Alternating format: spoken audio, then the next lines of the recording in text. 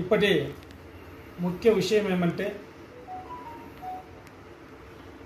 బాబా రామ్దేవ్ తను భారతదేశంలో ఆయన ప్రత్యేక అధికారం ఏంటో ప్రజలకు తెలియట్లేదు.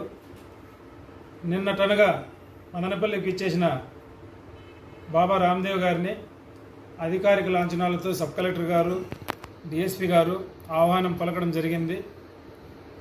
ఆయన ప్రత్యేక హోదా ఏంటో ప్రజలకు అర్థం కావట్లేదు.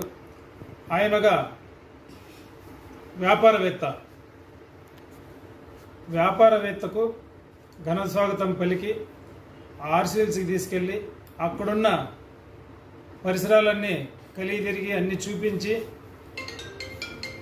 అక్కడ స్థలాలన్నీ పరిశీలించిన తర్వాత సదరు రామ్దేవ్ గారు తెలియజేయడం ఏమంటే, ఇక్కడ స్థలం కేటాయిస్తే అంతర్జాతీయ యోగా సెంటర్ను ఏర్పాటు చేస్తాను అని.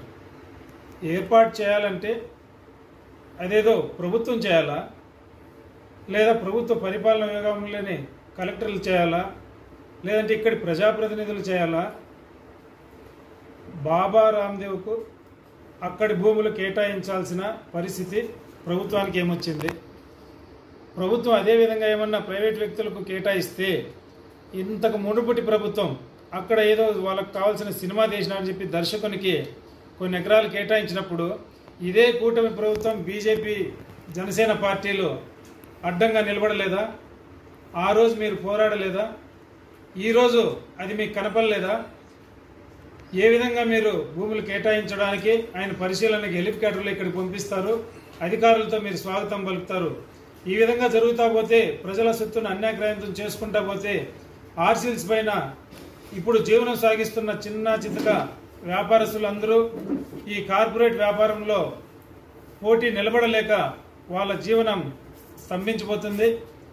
అక్కడున్న ప్రభుత్వ స్థలాలను కార్పొరేట్ పరం చేసుకుంటూ పోతే మునుపటి ప్రభుత్వం చేసిన తప్పునే మీరు మళ్ళీ చేసినట్టు అవుతుంది. ఆ రోజు తప్పు అయింది, ఈ రోజు ఒప్పు ఎలా అవుతుంది అనేసి ఈ సందర్భంగా మేము ప్రశ్నిస్తా ఉన్నాం.